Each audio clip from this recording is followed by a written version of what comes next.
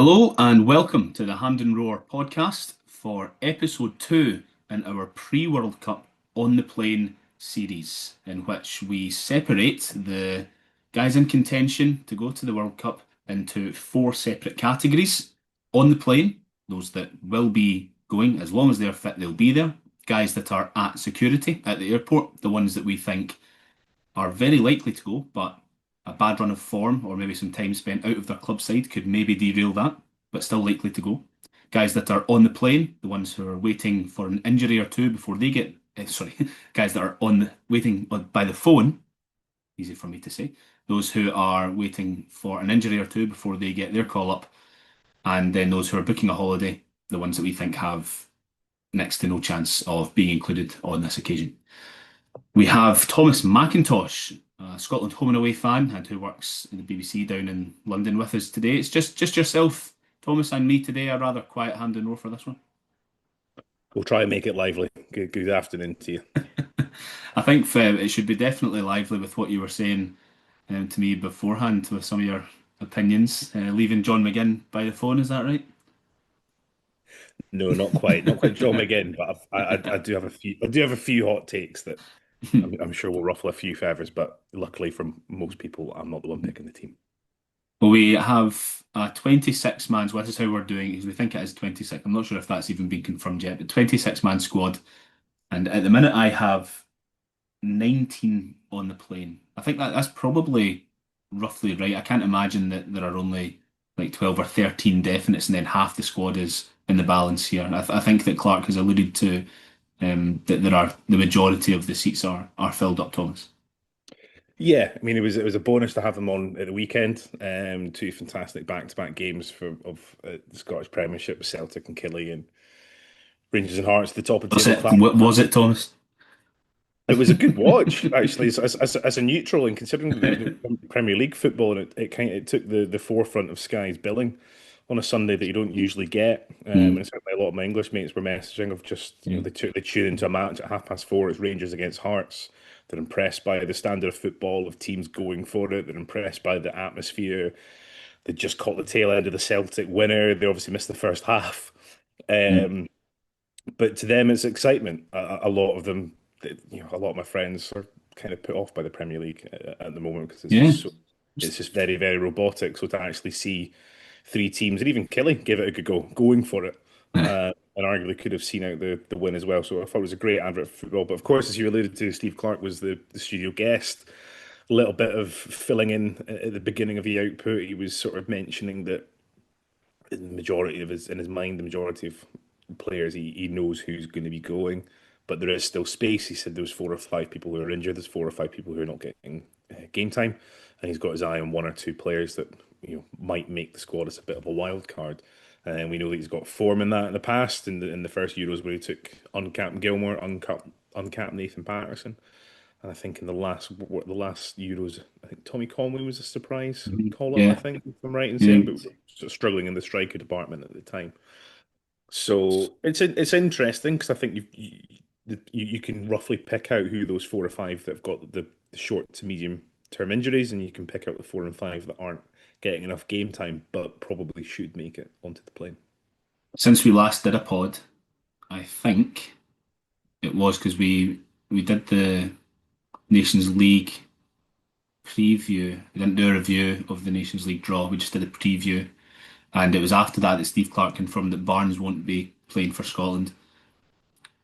I was, I think, sort of 60-40, maybe 70-30 against the idea anyway.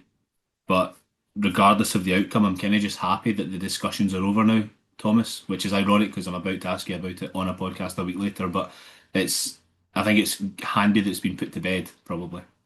Definitely, it was the main talking point as soon as the World Cup qualification was secured. I think within days, Harvey Barnes had scored 2 against Man City, and he was getting pressed for questions as to whether he would switch his allegiance, and it's kind of sort of bubbled away in December and January. So, even at the World Cup draw, Clarke was asked about it. So I think you can respect that both camps have instigated chats.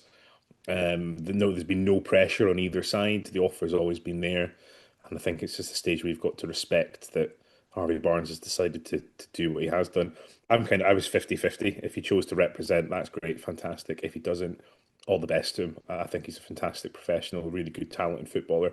Yeah, he would have made a huge difference going forward for Scotland because we don't really have players of his virtue in that attacking department, and he would have really boosted us, I think.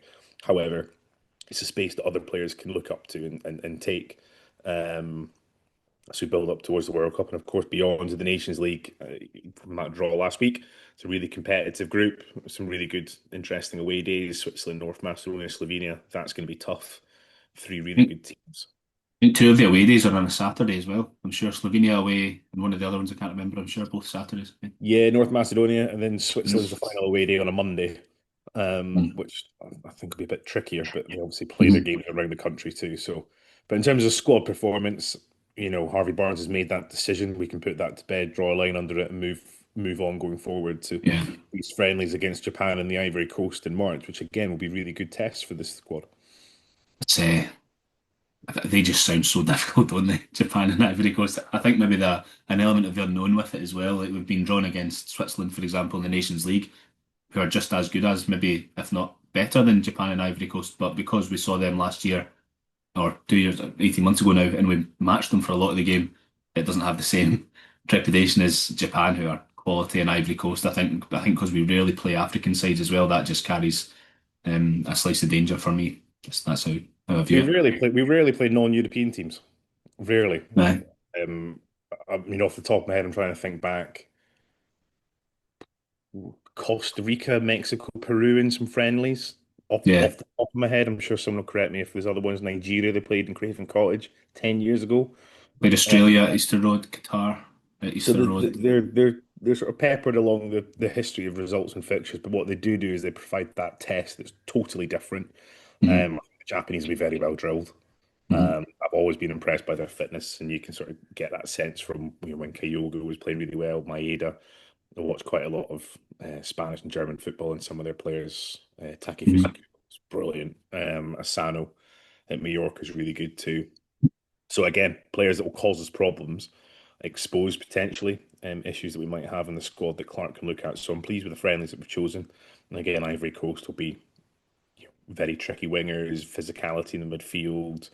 I really rate Frank Kessie as a midfielder, and we're going to come up against a lot of these similar players in the summer. Well, the World Cup, what are we now? Mid-Feb, so 1, 2, 3, 4. My God, only 4 months away. That's insane. So we'll be doing these episodes monthly until the end of May to talk about who we would have in our World Cup squad. So what we're about to assess here is our opinion, not what we expect Steve Clarke to do, but that was my phone ringing there, sorry. Not what we expect Steve Clarke to do, but what we would do if we were each in charge and had the decision making process at our fingertips. The goalkeepers, I think, is the easiest one. Thomas, I've got on the plane Craig Gordon and Angus Gunn, and at security Liam Kelly. I think that he will be chosen ahead of Scott Bain purely for the fact that he's been there. It's important that the keepers got on. Having spoke to one of them recently, they have a really good connection and relationship. And I think as a third choice, it doesn't really matter if you've been playing a lot at club level, like Scott Bain. So I've kept Scott Bain by the phone, and similar to the last episode, Gunn and Gordon on the plane, Kelly at security. Yeah, I think they're the two players that you touched that Clarke touched on. You can sort of join the dots to there. Gordon's not really getting a game. He had a bit of a spell in January when Schwarloff was suspended and played brilliantly. Gunn got a couple of minutes again when Sells was injured, but again he's gone back to the bench once they've signed Stefan Ortega. So it'll be a concern. Clarke flagged this back in I think August time that he wanted his goalkeepers to be playing more regularly. And it was always going to be a concern, not just for those two, but Liam Kelly's not getting a game for Rangers. Obviously, Kieran Slicker was drafted in last time. I think he's now at Barnet. Callum McKenna's at Bournemouth. I think he plays more so on the youth team than he does. So I agree with you. I think those will be the three goalkeepers who will go. Personally, those are the three who I would take. It's a close one between Scott Bain and Liam Kelly. I think Bain's had a fantastic season. Perhaps it might be boosted by how well Falkirk do.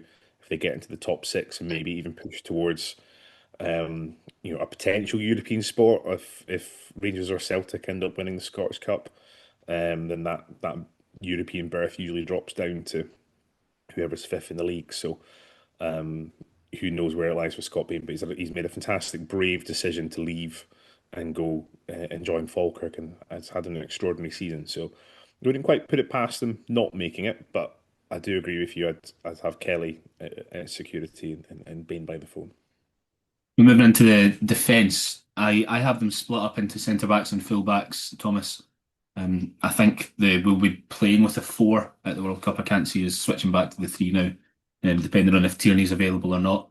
So centre backs, I have three on the plane: Suter, McKenna, and I still have Hanley on the plane. I have nobody at security. I think there are one, potentially two spots up for grabs, and I think that they are really debatable between now and the end of the season. In the last episode, I had Jack Hendry at security, and I also had Craig Halkett loitering around there as well. I don't think that either of their places are can half guaranteed to the extent that that's where they should be in this list. For me, I have them waiting by the phone, not for an injury, but because I think there's still a lot to be decided in that regard. So I have waiting by the phone for potentially one or maybe two spaces in the squad at centre back. I have Hendry and Halkett. I also still have Porteous there, and I've got Stephen Welsh there as well. And we got a hard time for the Falkirk fans. The last any Falkirk listeners last time we did this who were at us for not having Liam Henderson, who's had a good season with them. I just can't. Well, I can't contradict myself by saying I can't see it because obviously this is our decision. I don't think I've seen enough personally of Liam Henderson. I'm not saying he hasn't done it, but I just don't think I've seen enough of him to say yes. I would like him to be in contention for the Scotland squad.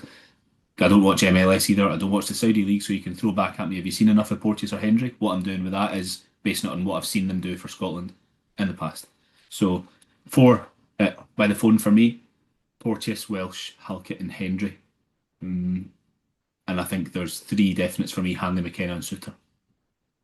Yeah, those are the three certs for me. I think Hanley's become his loyal centre back, a loyal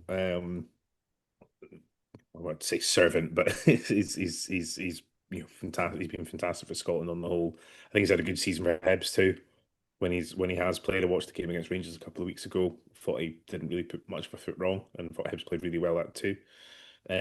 Scott McKenna is playing week in week out for Dinamo Zagreb. They've got a Europa League game tomorrow against Genk. He scored, I think, at the weekend, and I noticed that he picked up a yellow card in the 18th minute of injury time against Hajduk Split. So Oh wow, I'd be interested to look back at the highlights of that game. That caught my eye.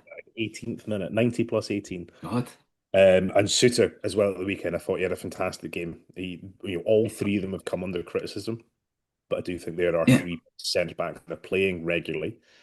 I currently have it's a flip between Hendry, Stuart Findlay, and Craig Halkett. For if I'm to bring an extra centre back in, I know we sort of said we'll do 26. I initially planned for 23, but of the three sort of extra ones who are sort of making it from my squad, I'd have Jack Henry just because I really rate his ball carrying. I think he's very good on the ball. I think he's great at feeding the ball into midfield, which would be key for us, like his height. I toy with Halkett in Finlay because I think again they've had an extraordinary season, and I reckon any surges that they make into Clarke's plans will hinge on how well Hearts finish the season. Yeah. Oh, I've lost your audio, mate. Don't know what's happened there because you're not on mute. You got me okay? One, Oh, two, got three. you now. Yep, got you now. You're back. Just absolutely Sorry. went, lost your voice for a second. Um, sorry, I'll repeat that. What part did you get up to? That'll hinge on Hearts getting to the end of the Hearts season well. get Hearts seeing this the season out, I think, because there's a pressure and intensity that comes with World Cup, the one-off games. I don't think Clarke can trust Porteous at the moment. I haven't seen LAFC, and I saw they had an Right. interview where he's very much put it behind him. But I do remember that game against Greece away in Piraeus last March, where he put in a bit of a rash challenge that, again, on the fence, you know, Scotland can't be affording these things. So I wonder whether Clarke has got a bit of a trust dilemma on him. He's Uh, doing well, Ryan Porteous. Again, I've not watched it, but if I'm looking at the numbers, so he's finished their season. Uh, when would it have been? Just in November there, they October. So their season doesn't start for till March, I think. But when he came into LAFC, he played every game. So straight into a league and playing in a league that I think, judging from a wider opinion, is probably stronger than our own, for example. So must be doing something right. I think it just comes down to trust then. I think that'll be an element that will be in Clarke's mind. And I think if there's a hesitancy, there's other players who might be level with him in the pecking order. I include someone like Jack Henry, Halkett, and Finlay. The point that I was going to make about Halkett and Finlay is at the moment there's an intense pressure on Hearts to see this off, whether they'll fold and they'll lose the league, or whether they'll go through and they'll win the league. If Hearts win the league, then they can show that they can cope with the pressure. Especially Cal Halkett stepping in to be captain of Hearts while Shanklin's stepping out on the sidelines at the moment. So yeah, but to answer the question and circle back, I'd go the three central defenders who were on the plane: Scott McKenna, John Souttar, and Grant Hanley. And I'd have it security Jack Henry. Uh, Suter's been good for us lately, but I think for Rangers he's had a few moments. There was one, I think it might have been the Motherwell game. He let Stephen Welsh go, was it, before that equaliser? I don't think that he's had Rangers are now somehow challenging for the league title, but I don't think it's been a stellar season there for Suter. I think he's done fine, is my understanding of what Rangers fans that watch him regularly think right now. But for us, I think he's been good for Scotland recently. So I would have Suter on the plane, absolutely. And you've got Hendry by security and the rest by the phone. I, I, I just wouldn't have Hendry at security now. He's not played for enough for Scotland in quite some time. Kind of similar to Porteous. I think he started at home to Belarus in the qualifiers, maybe, and that was his first game in ages, Jack Hendry. So for me, by the phone. Fullbacks, I have on the plane Andy Robertson, Aaron Hickey, and Kieran Tierney. By security, I have Ross McCrory as my sub right back. I really like Nathan Patterson, but I think that I have that worry about Nathan Patterson based on what we saw from him last year. His club form hasn't. He's getting a wee bit more game time for Everton, a wee bit more. But he struggled for Scotland last year, and I don't know how Nathan Patterson's headspace is to come in and play in a World Cup. I just don't know him as a footballer well enough for that. I've got Ralston by the phone as well, and and remember, not Clarke, our expectations of Clarke. I've got Ralston by the phone for me. Celtic have signed a new right back and he's dropped out the team straight away. And by the phone, interestingly, I think this guy has just as much, maybe even more of a claim than the two Hearts centre halves. Harry Milne's looked excellent over the last 3, 4 months for Hearts. Powerful runner, good delivery, bold and brave in his play. I think you could have an argument for him over Josh Doig, but I think that might come from the fact that we see him more regularly compared to Doig, so it's maybe easier to make a judgment because I'm sure Doig's doing really well out in Serie A, playing in a stronger league than what Harry Milne is. So I'm conflicted with that. I've actually demoted Max Johnson to booking a holiday. Don't think he'll be there. I think Ralston, McCrory, and Hickey are all ahead of him. So he's needing a few injuries to get taken, in my opinion. So yeah, Milne's by the phone for me. I'm not putting it up to security yet. I've still got Josh Doig there because I really did like Josh Doig when he was at Hibs, and even though it was only Liechtenstein, he was excellent in that friendly last summer. So yeah, Yeah, I largely agree with you again. I think Robertson will be on there. He's a captain, and I think again you can join the dots that he was one of the players that Clarke was alluding to for not getting enough game time. You can say the same about Patterson. You could even probably say the same about Aaron Hickey if they're not getting enough game time. When they are playing, I haven't seen them put much of a foot wrong. And they're obviously training at a high intensity too down in the Premier League. Every game is tough down there. which is why I would take Nathan Patterson as a right back. I'd put Patterson ahead of Ralston. I'd put Max Johnson ahead of Ralston as well. My hot take is I'd have Doig ahead of Tierney. I'd still take both. I'd still take both. Um, but I've been really impressed with Josh Doig when I've seen him play, and I went to Naples a couple of weeks ago. I've seen him a couple of times in Serie A when they played the Milan clubs with the Juve, and his defensive work rate is really impressive, and he's coming up against some of the best wingers and the trickiest players in Europe. And he's holding his own, and he's also balling forward, and he's putting in some absolute wicked deliveries. So I'd have him purely because I think from the past couple of tournaments, we've needed to learn about varying up our options. And I think Doig going forward offers a bit more than Tierney does right now. Obviously, could all subject to change. And what I'm trying to do as a fan picking the squad is trying to remove a lot of the nostalgia of all the moments that Tierney has been through, and realize that going forward, I think if there's moments where we need to go for a game and Robertson is burst, I think Doig gives us that bit more energy and he's a bit more of a wild card. And he comes up against and plays against better players in Serie A week in, week out, trains at a better level. He's playing regularly. I've not been too impressed with Tierney this year, if I'm honest, but he's part of a sort of average Celtic side that I'm sure a lot of Celtic fans would probably agree with me. But yeah, to be clear, I'd still take Tierney and Robertson, but I'd have Doig as the backup. So have you got Tierney on the plane? Or Yeah, I've anything? I've I've got I've gone for five fullbacks who I think I would take as Robertson, Hickey, uh, Doig, Tierney, and Patterson. So you take I'd, Patterson. I I'd think, take yeah, Patterson. Patterson lately has. Let me just pull it up here. I think you can say where we go. It's between Patterson and Johnson for me. So in the last couple of months, Patterson, if we just run through his games, 2 minutes, 72 minutes on the bench, 3 minutes, 90 minutes, 71 minutes, 1 minute, bench, bench. They didn't play, I think, in the FA Cup did they? I think No, they were no, out. they were out. It's there, they're already out, so didn't play the weekend there.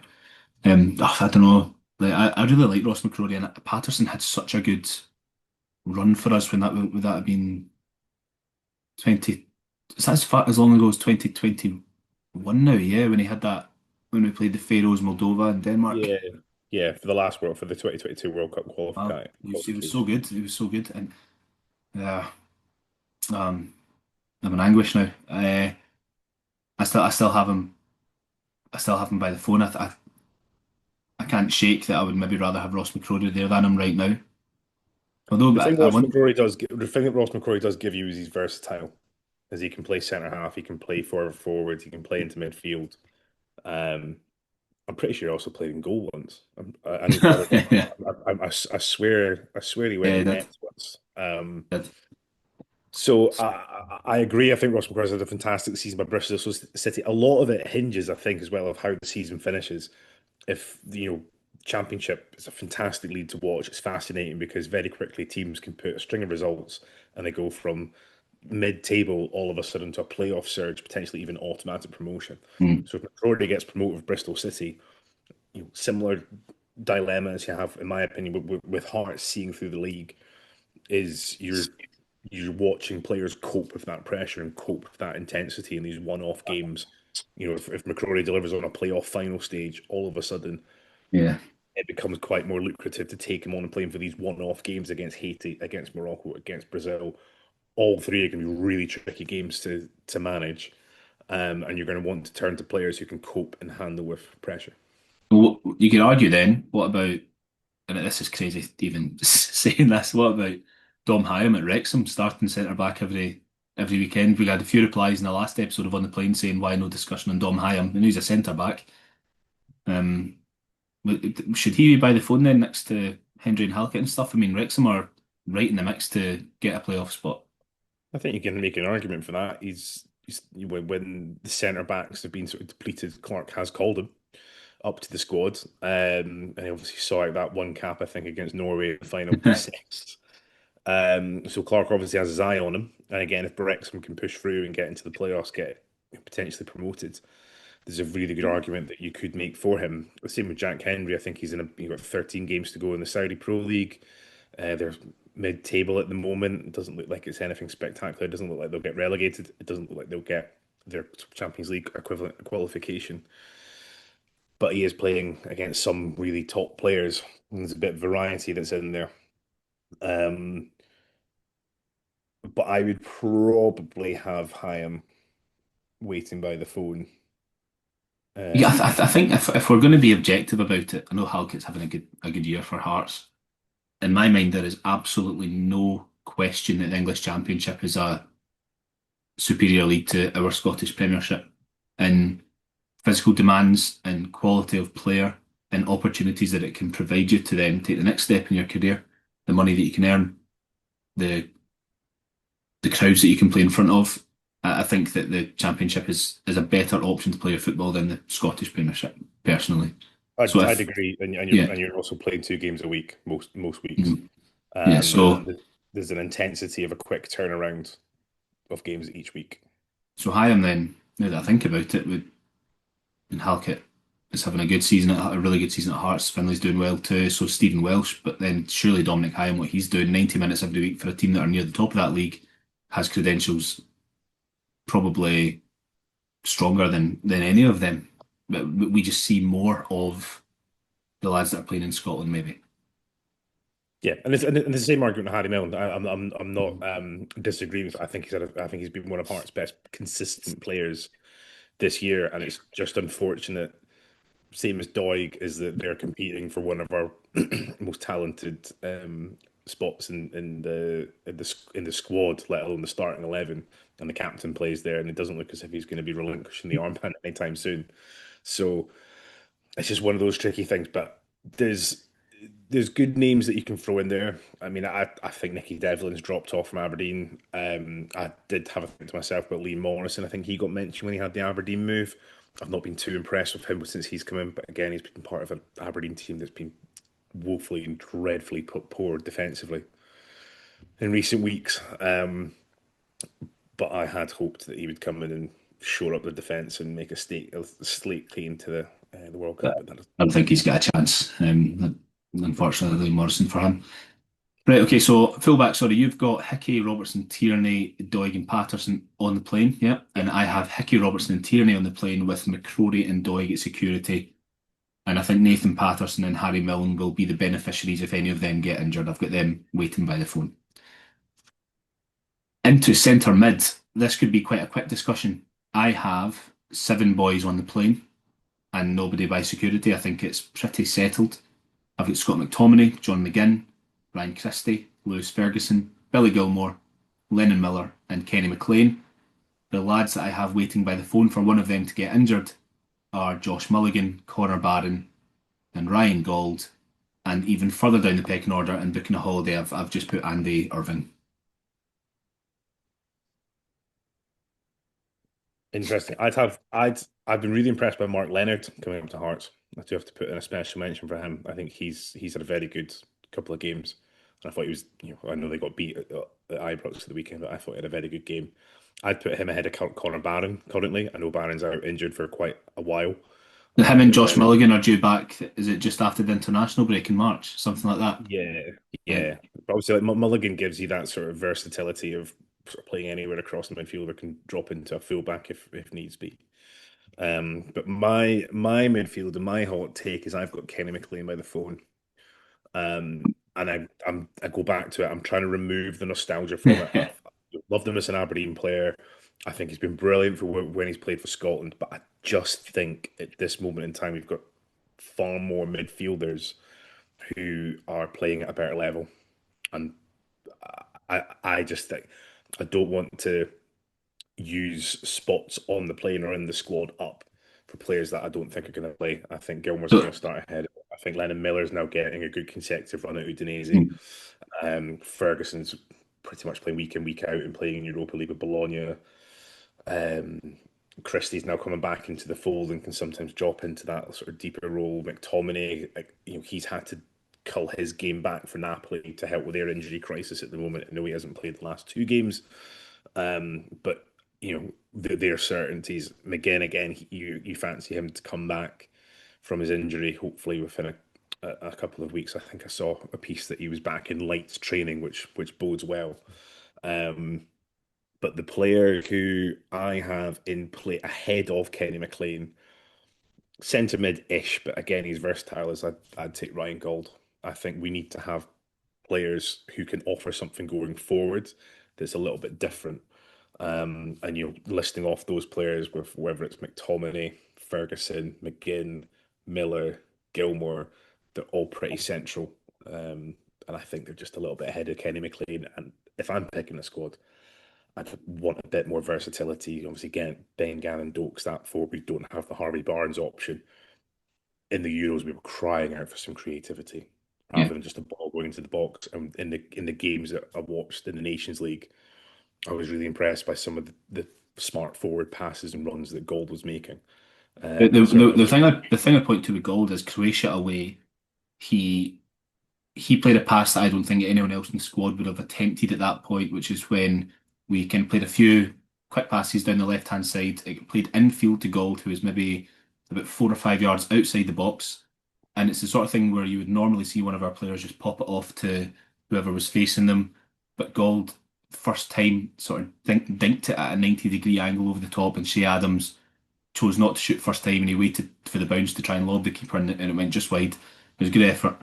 But I don't think Christie would have tried that. I don't think McGinn would have tried it.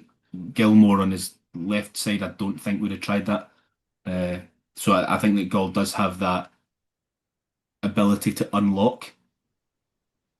Would I take him ahead of any of the lads that I've got on the plane? I would have Lennon Miller there for a central option. I think that Kenny McLean is probably still ahead of him in Clarke's pecking order. I'm not necessarily sure I would feel that way now. Christie can play centrally or wide. McGinn can play centrally and can be deployed wide, even though I'm not really a massive fan of him there. I'll prefer him in the middle. So, so Gold would be in your plane ahead of McLean as somebody that can come on and play behind the striker across all three sides. Is that your thing? pretty much is you trying to think back to those group games. Germany was a write-off. Switzerland was a bit more toe-to-toe, but Hungary, the thing that we lacked was trying to break and create something. Um, and Scotland don't really have those creative players. We were crying out for gold once the Euros had finished and he came to the Nations League and he had a good campaign. I felt he's been unlucky with injuries. I think he would have played a little bit more. And I also like the fact that he's played his trade over there for years, so he'll Well, know all about the climate. He'll know all yeah. about the traveling and all these things. And I think those insights are really useful um, to have. And as well, he's played when he played in Europe. He played in the top division for Portugal for. Team of the season when his side were relegated. He made team of the Um, season. so you're going to come up against a total variety of players, and I imagine I haven't watched Haiti play, but I'm purely imagining that they'll probably set up quite defensively. I'm anticipating Morocco and Brazil will be much more going forward and attacking towards us. And the thing that I would hate as a Scotland fan is travelling all that way just to watch a repeat of the Hungary match. And I Yeah. think that was a So lesson right. that I could learn. So that's why I'd have Gold. He's just that bit different. Same with Ben Gannon Doak, who we'll come on to in a moment, assuming that he's fit. But yeah, I would have Gold on the flame. But if it's a 26-man squad, I'd bring Kenny McLean in. Do, how do you feel about Mulligan? I think he is. He's not unique because I think he possesses similar qualities to McTominay in that he will drive forward with the ball. He's got a good stride. He's strong, and he's got an eye for goal. There's just levels to that at the minute, but I think Mulligan could and should be a really good player for us over the next 18 months to 2 years.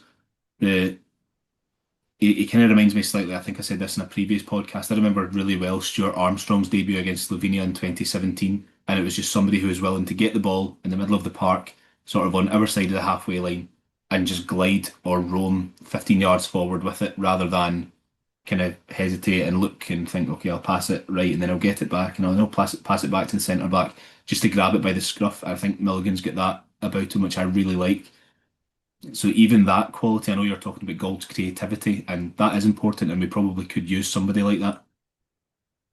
Having somebody else in the squad like Mulligan, who has the urgency and the drive to make things happen rather than waiting on things happening as well, I think is something that really entices me to him. I still just have him by the phone. I think if one of the centre mids was to get injured, that like if Christie was to get injured, I think Mulligan would go. So I think that or Ferguson maybe because that replaces that. I think if who then would need to get injured for Gold to go in that scenario because he's more of a forward player. He's probably not going to play in the two next to Gilmore, for example, is he? I wouldn't imagine. No, I would doubt it. But again, similar to what you described there with Josh Milligan, obviously, Gilmore's that sort of level ahead playing in Napoli, and he had that moment at the weekend where he takes the ball from a throw and then he's feeding it straight into Hoyland, and he looked really active, and they scored from it. Lennon Miller's got those attributes going and striding forward from midfield, and it's like there's a composure amongst these guys that they're sort of Mm, learning from. Conte, Mazzari, Italiano. They're learning some fantastic Italian managers. mm. But yeah, I'd have Mulligan by the phone. I think he's a fantastic player. I'm surprised that no one Yeah. can. Well, I was surprised none of the old firm went for him in the summer. Mm. And that's no disrespect to Hibs. I think Hibs are a fantastic club and have brought through numerous Scottish talents. But I felt that Mulligan would have done a really good job for Celtic or Rangers. Mm. Has been one of the sort of better SPFL players in recent years, and he's only getting better. We'll move on to the strikers. I have three centre forwards, and I've included Gannon Doak as an attacker because I think that's really where he fits into the squad rather than a midfielder. So I've got Dykes, Adams, and Shankland on the plane. Adams has wound me up over the years. I'm looking at the other options though, and I'm not sure that I would take any of them out. But I do have at security because he's hit a little run of form now. Tommy Conway. In the previous episode, I had him by the phone. I've moved him up to security, and I've demoted Kieran Bowie from security to by the phone. I'm not I'm not enamoured or as enticed as I'm sure we all were last August about Bowie going to the World Cup right now. I think Conway's hit a stride. He's got 4 and 5 at Borough, who are, if not top of the championship, if they still are, certainly in the up in the automatic Second, spots. Second now, are second they? Second. beat Coventry on Monday. All right, okay. So I've got Shankland as a cert when he's fit again. Dykes has found game time at Charlton now. He's starting every game, which is good. He's not scoring, which is nothing new for Dykes, but for us, that's not really his USP anyway. I think that his inclusion benefits guys like McTominay and McGinn rather than to serve him as a goal scorer himself. Adams can bring energy. He's a hustler. He can drop deep to link up, but he hasn't produced on the big stage for Scotland for a while, so he's hanging by a thread on my plane at the minute. I still have him there though, just ahead of ahead of Tommy Conway. I also have by my phone, Ollie McBurney, the third top scorer in the English Championship right now, 12 goals, and he missed 9 games over the autumn.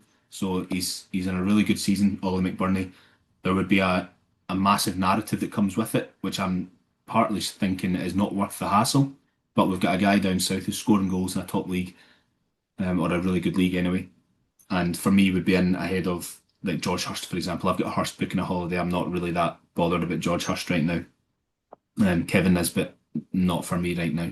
Robbie Ewer did well in Sweden, not as well as the other guys that we're talking about at the moment. So on the plane for me, Dykes, Shankland, Adams, just and Garen Doak. If he's fit, he's got to be there. And I think, as far as I'm aware, he should be fit again by about the end of March. By security, Tommy Conway. If he keeps going like this, I think he'll go, and I would take him if he does keep going like this. Bowie and McBurney for me, waiting for an injury, and just as a different option for pace, even though I think he's pretty poor, Ollie Burke.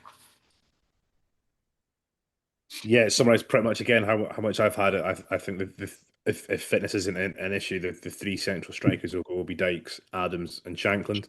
All three offer something different. It sounds odd, but strikers for Scotland aren't known for scoring goals. which I know is the aim of the game, but it's more about the creating the space and the work rate that allows Steve Clarke's midfielders to flood and crash the box late, which we've seen year after year. Adams Dykes know the script when it comes to that. Shanklin's a great option to bring on. I also, we need to think about his tournament football. If we've got to get to a quarter semi-final, we need penalties. I'm putting Shanklin on a penalty. So if it's going to take Scotland to the World Cup final, I'm in for that. So I would take Shanklin. He's a leader and can handle intensity, I think. I'd have Conway waiting at security. I agree. I'd have him ahead of Bowie. I think Conway again offers something. Conway and Bowie offer something different with their pace and running in behind. I caught the game against Sheffield United last Monday Night Football, and it was a brilliant finish that Conway produced I think it was the opening goal. And Gannon Doak, if he's fit, he's got to be there. He's that main First, attacker. genuinely, first name in the team sheet, no doubt for me. And I'd also agree with Ollie Burke.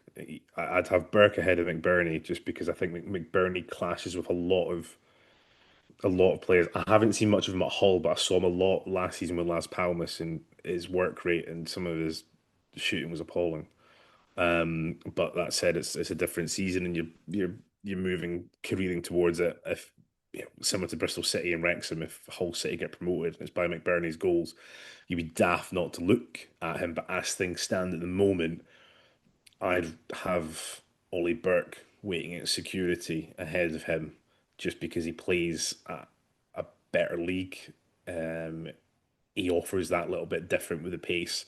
Be good to get Derek Ray on this because he absolutely raves about him. Uh, Yeah, but I don't particularly trust Derek Ray's opinion on things that come from the Bundesliga because it's done with the cheerleader effect. I don't think that anybody that plays over there can do anything wrong. Like even if Ollie Burke was to get sent off 3 games in a row, I'm sure Derek Ray would find a positive in that. So I'm not sure. Like he had his great hat trick was it against Bremen earlier this year, maybe or Frankfurt. Frankfurt. But Frankfurt. that's I think he scored a goal. I saw him. What place St. Pauli maybe over at Bremen. He scored a good goal from outside the box. But again, I go back to it's the odd thing of just like Scottish players aren't renowned for scoring goals. But what I think Burke does give is if all of a sudden we need to chase a game and we need some pace, that virtue is never left him. Um, if Gannon Doak needs to have a bit of a rest due to the heat or something, I'm speculating, and we want to keep that intensity up and push fullbacks back. I think Burke's a good replacement to have in, but I agree with you on Hurst. I think for me it's Hurst or Dykes. And Dykes has now managed to secure himself regular football.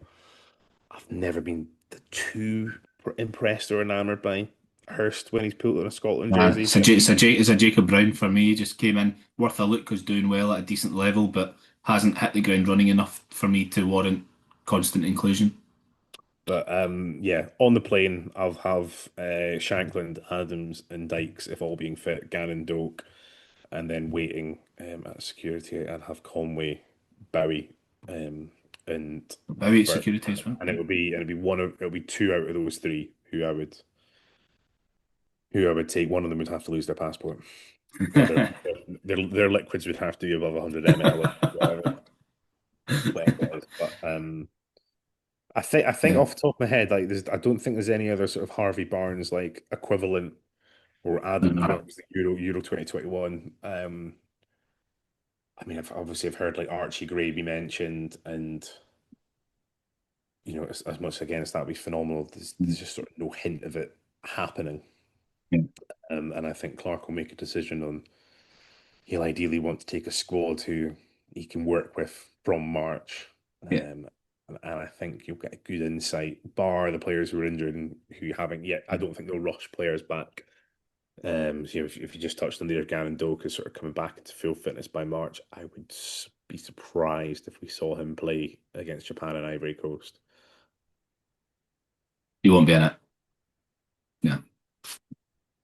Right. Well, I think we've got similar names here. I've got my fingers crossed for Conway. Really like the look of him, and think that he could make a difference for us. He's got. This is maybe a bit too vague. He's got nippier qualities than Dykes, Adams, and Shanklin. If that makes Sensi, he's more of like a wee wasp.